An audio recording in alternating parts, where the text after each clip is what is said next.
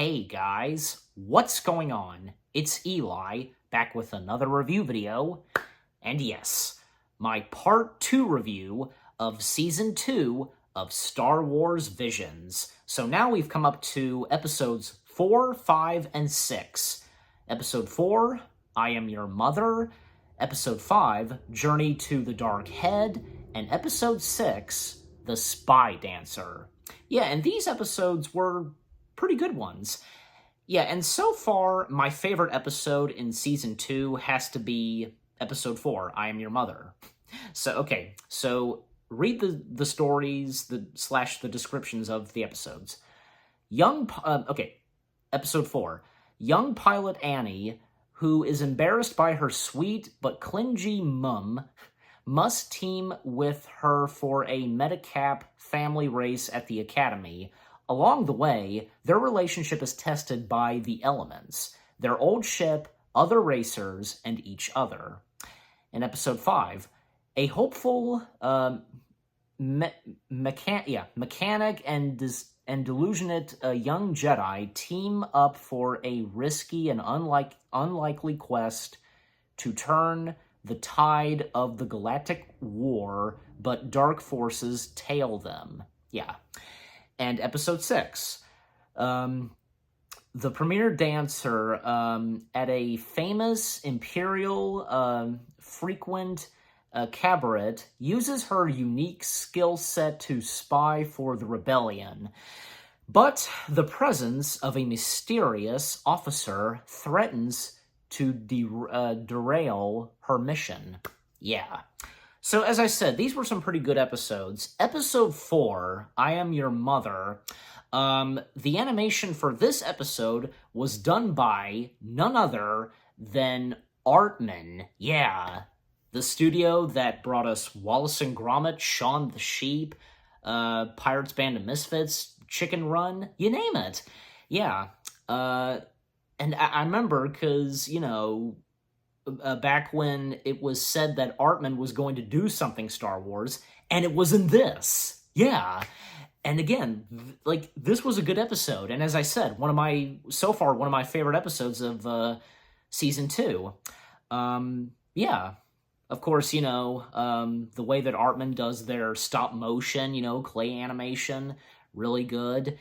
And, because throughout the episode, Annie, who is a Twi'lek, I think I got that right, yeah, attending this race, and I don't think that she is taking part of the race, and especially because, this is for, families, racing, and, she doesn't want to do it with her mum. But, of course, her mum coming in because, Annie attending to the academy and the race, she forgot her lunch. So yeah, her mom, coming in and, giving her her lunch. And some of the voice cast in this episode I'm familiar with.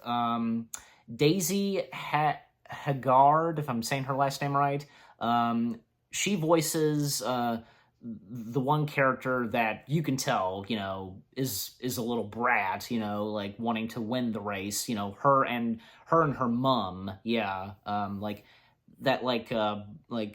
black styled hair, that is just like, say, the styled hair that Alinea Spalko from Kingdom of the Crystal Skull has. Yeah, that hairstyle. So Daisy Haggard, I recognize her from Doctor Who during the seasons with the 11th Doctor. She played the wife of Craig, yeah. And another familiar face that's in this episode, Wedge Antilles, and it's Dennis Lawson reprising the role of Wedge Antilles, of course, yeah. So it's good to see a familiar Star Wars character in Star Wars Visions, which being Wedge. And yeah, he's hosting the race, and it's pretty funny because Wedge sponsoring himself, come get my merchandise, blah, blah, blah. Never, that's interesting for the character of Wedge. I don't know. But anyways, So yeah, once again, this was a good episode, with the racing, and also Annie and her mother, Kalina. Yeah, Kalina. Their the family name of theirs is, they're called the Kalthus. They're the Kalthus family. They have a droid with them that is an astromech, but it's like a, I want to say like a cat or a dog, I want to say, because it has 4 legs.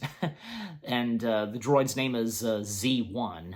And speaking of which, since we're talking about robots, we get a cameo from the lunar robot from the first ever Wallace and Gromit short film, A Grand Day Out.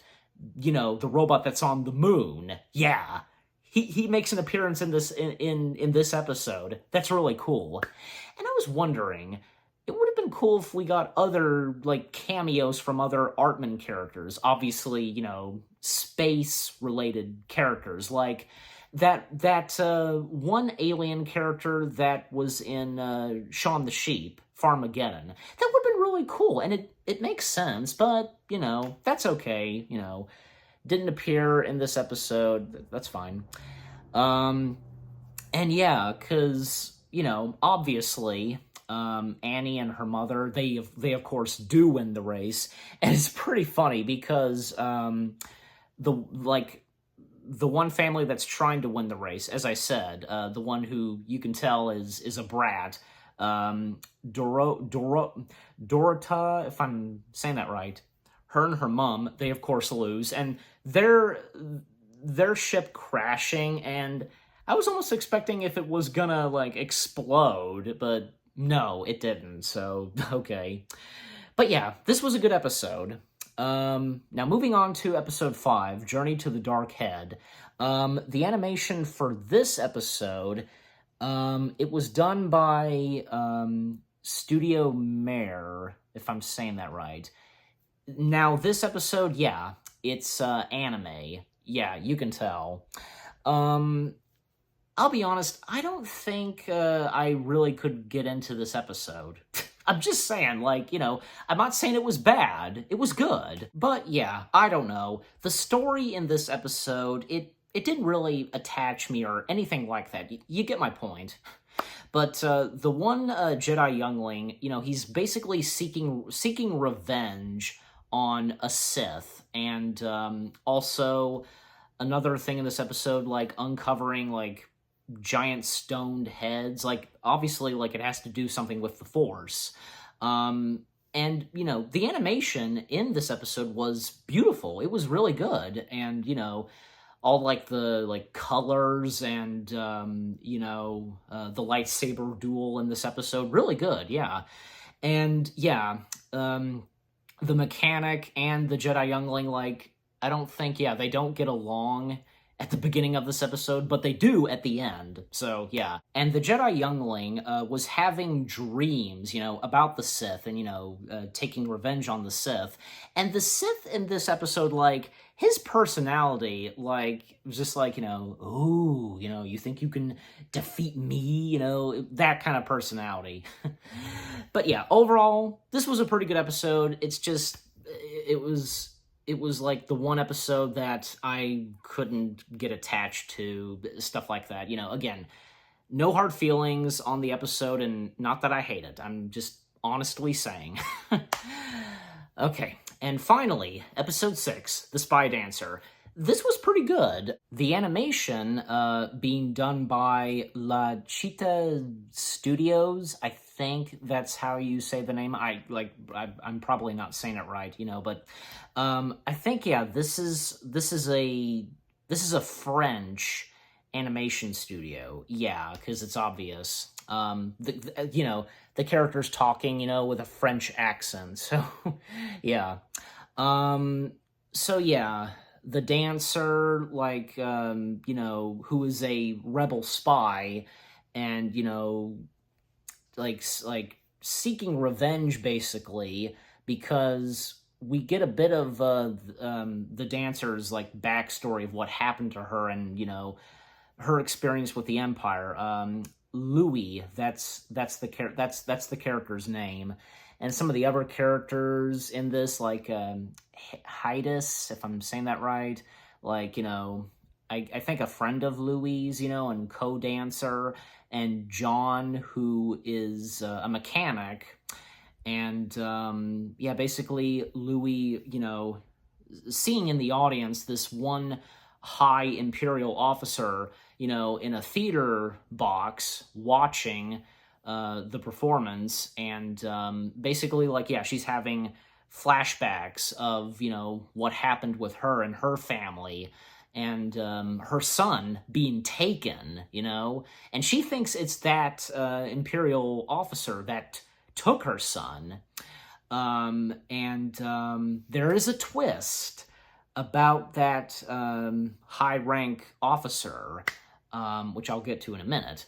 The animation in this episode was pretty good, this animation style, and from the animation studio, and yeah, it is another one of those animation studios that I'm not really familiar with, just saying, and even some of the stormtroopers in this episode, like 2 stormtroopers that came in, they had their helmets off. I think they were kind of the goofy ones a little bit. Yeah.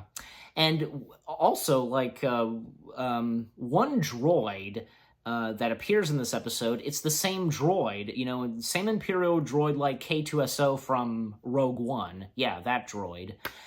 And there was even a server droid as well, and even helped out Louis and the others that were escaping. The Imperial frequent cabaret, yeah.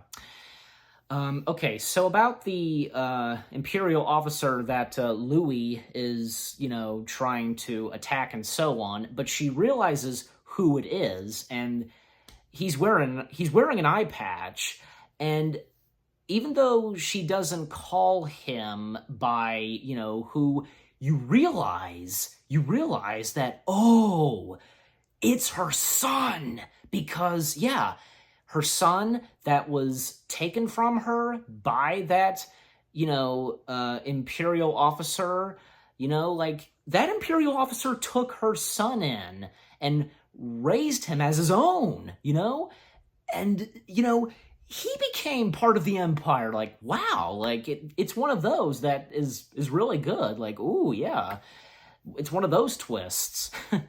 And it seems like her son kind of comes back, because she does her best to, convince him, that she is his mother, and even gave him a hologram image, which is him as a baby. So at the end of the episode, and after, Louis and all the others, they escaped, the last scene in the episode, we see him looking at the holographic image of him as a baby, and yeah, a little bit of redemption, and, like, comes back to him. So who knows, what's in store for him? Like, will he reunite with his mother and, betray the Empire? That's a lot of good questions, But yeah, and by the way, because I was a bit confused, like, with the eye patch that he wears. Like, what happened? Like, did he do that to himself, or, just something? I don't know, but yeah, they never answer it, so, But anyways, overall, episode 6 was a pretty good episode. Yeah, really good. So yeah, episodes 4, 5, and 6, as I said, some pretty good episodes. Yeah, episode 4 so far being my favorite episode of season 2. Episode 5, again, it was good, but yeah, it's not one of my favorites. And episode 6, yeah, again, as I said, it was good, really good. Not another one of my favorites of season 2, but I do like it, I really do. So, this has been my part 2 review of Star Wars Visions Season 2. What did you guys think of the episodes themselves, and what did you think of my review? Leave comments and give this review a like, as always. So, with all that being said, thank you very much for watching. I hope you guys enjoyed my Part 2 review of Season 2 of Star Wars Visions. More reviews coming your way. They're going to be awesome. Keep looking forward, and I'll see you guys in the next video/review. And yep, 3 more episodes to go. Part 3. Yep, stay tuned for that. Take care, peace out, and may the Force be with you.